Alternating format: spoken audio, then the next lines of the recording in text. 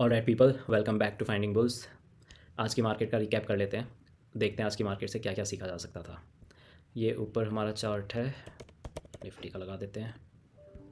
सो ये निफ्टी है और ये हमारा बैंक निफ्टी, जो यूजुअल हम दोनों को एक साथ देखते हैं। That is what we are doing here. तो समझने की कोशिश करते हैं आज मार्केट में क्या हुआ है। पहले तो मैं आपको ये बता दूं कि there is nothing new in the market today इधर। कुछ नया नहीं हो रहा है। इवन दो कल मार्केट में एक न्यूज़ आ रही थी वीकेंड पे, हिंडनबर्ग वाली। सो आउटलुक थोड़ा नेगेटिव ही था और स्टार्टिंग में फर्स्ट कैंडल में लगा भी ऐसा कि नेगेटिव चीज़ें हो सकती है मार्केट में आज, लेकिन फिर मार्केट संभल गया।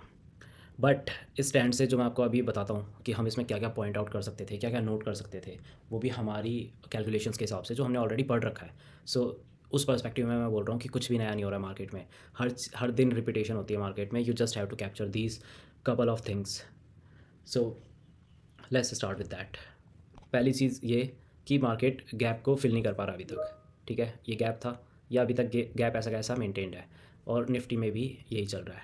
लेकिन निफ्टी में एक अपडेट ये है कि निफ्टी में जो ओरिजिनल गैप था वहाँ से प्राइस ऊपर निकल चुकी है, लेकिन फिर भी जो रैपिड मूव एक्सपेक्ट किया था कि गैप में एंटर करने के बाद वो रैपिडली ऊपर जाएगी, वो नहीं हो रहा है। बैंक निफ्टी को देख लेते हैं। बैंक निफ्टी हल्का सा उससे ऊपर गया था आज पहली बार आफ्टर 5 डेज़ बैंक निफ्टी ने आज पहली बार वो लेवल क्रॉस करने की कोशिश करी थी, लेकिन फेल हो गया। सो बैंक निफ्टी फेल हो गया वो लेवल्स क्रॉस करने से। तो आज की जो मार्केट थी वो दो हिस्सों में डिवाइड कर दो। आप साफ साफ देख रहे हो, पहले पूरी ट्रेंडिंग चल रही थी एंड देन पूरा कंसोलिडेशन में चली गई। एंड अगर आपने पुराने वीडियो देख रखे हैं मेरी, आई गेस लास्ट वीडियो यही था कि रैपिड मूव और क्रॉलर मूव की बात करी थी मैंने उसमें। सेम चीज़ यहाँ पे हो रही है। Look at the angle of this price. ये एंगल ऑलमोस्ट 90 डिग्री नहीं है, बट ये 70 डिग्री है, और ये सस्टेनेबल एंगल नहीं होता मार्केट में। आप किसी भी चार्ट को जाके देख लो, अगर वो प्राइस ऐसे रन कर रही है अबाव 45 डिग्री, वो सस्टेन नहीं कर पाएगी ज़्यादा देर तक। And it was not like exactly a rapid move, क्योंकि बीच बीच में ये कैंडल बनी थी और ज़्यादा बड़ी बड़ी कैंडल भी नहीं बनी। एक आध कैंडल बड़ी बन रही है, दैन विक्स भी आ रही हैं। सो क्लियरली वैसा नहीं था कि एकदम ही रैपिड फोर्स से जा रही है बड़ी बड़ी कैंडल बनाते हुए, वो नहीं था। बट प्राइस ने ट्रैवल बहुत करा। बैंक निफ्टी में देखो, बैंक निफ्टी में 50,150 से लेकर ये चली गई 50,700 800 तक ऑलमोस्ट। सो ऑलमोस्ट 600 पॉइंट्स इसने कवर कर दिए। तो 600 पॉइंट्स बहुत ज़्यादा होते हैं बैंक निफ्टी के लिए। ये हर दिन ऐसे मूव्स नहीं होते हैं। तो जस्ट इमेजिन कि अगर किसी ने यहाँ से एंट्री की थी, वो ऑब्वियस सी बात है वो अपने पुराने जो रेजिस्टेंस लेवल है उसके पास सेल करना चाहेगा, और वही हुआ। मार्केट थोड़ा सा ऊपर गई बैंक निफ्टी में प्राइस, लेकिन अल्टीमेटली वही जो जोन था, रेजिस्टेंस जोन, वहाँ पे जाके प्रॉफिट बुकिंग हुई और प्राइस थोड़ी सी नीचे आ गई। लेकिन प्राइस इतनी भी नीचे नहीं आई रैपिडली कि यहाँ पे सप्लाई जोन ही बन गया। ऐसा कुछ नहीं था कि प्राइस को पूरा ही ड्रैग डाउन करके वापस नीचे कर दिया।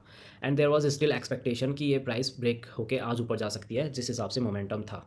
मैं भी मार्केट में लाइव बैठा हुआ था, ट्रेड ले रहा था, लेकिन मैंने भी यही एक्सपेक्ट किया था कि आज ब्रेकआउट मिलेगा, फाइनली गैप की तरफ जाएगी मार्केट। बट ऐसा हुआ नहीं। यहाँ से ये फर्स्ट हाफ ख़त्म होने के बाद एकदम से कहानी चेंज हो गई, पूरा कंसोलिडेशन में आ गया। अब यहाँ पे हमारा दूसरा जो रूल था वो काम आया हमें कि बैंक निफ्टी और निफ्टी को क्यों साथ देखना चाहिए और क्यों मैं ऐसे दिखा रहा हूँ आपको। So look at this. ये पहला टॉप था बैंक निफ्टी का। अगर मैं इसको मार्क करता हूँ, ये मेरा पहला हाई था। इसके बाद इसने फिर से इस हाई को हल्का सा ब्रेक किया, ऊपर एक और हाई बनाया, फिर से ब्रेक किया, ऊपर एक और हाई बनाया।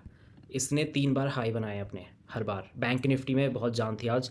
बैंक निफ्टी पक्का गैप फिल करने के मूड में था। पूरा गैप तो फिल नहीं कर पाता, but it could have been much better trending day, ऐसा लग रहा था जिस हिसाब से ये ऊपर जा रहा था। लेकिन सेम पीरियड पे आप निफ्टी को देखो, उसने एक जो हाई बनाया वो उसे ही बीट नहीं कर पाया। उसके बाद दूसरा हाई नीचे है, तीसरा भी वहीं पे ही है, जहाँ की वो सेम लेवल बैंक निफ्टी में ऊपर थे। So this was our first indication.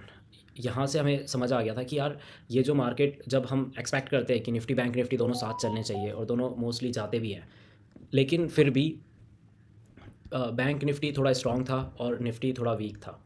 और होता है ऐसा, ऐसा ज़रूरी नहीं है कि ये हमेशा ही साथ चले, कि वो स्ट्रॉन्ग है तो दोनों ही स्ट्रॉन्ग चलेंगे, ऐसा नहीं होता है। ये कई बार अलग होते हैं, लेकिन ये जब अलग होते हैं वही देखने वाली चीज़ होती है कि वहीं से हमें इंडिकेशन मिल जाता है कि निफ्टी बैंक निफ्टी ऊपर जाना चाहता है, लेकिन निफ्टी इतना स्ट्रॉन्ग नहीं है।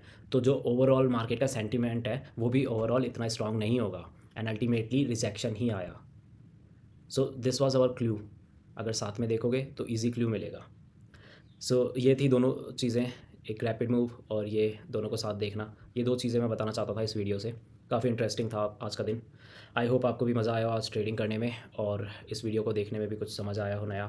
अगर समझ आया तो like share subscribe and that's all for this video, see you in the next one.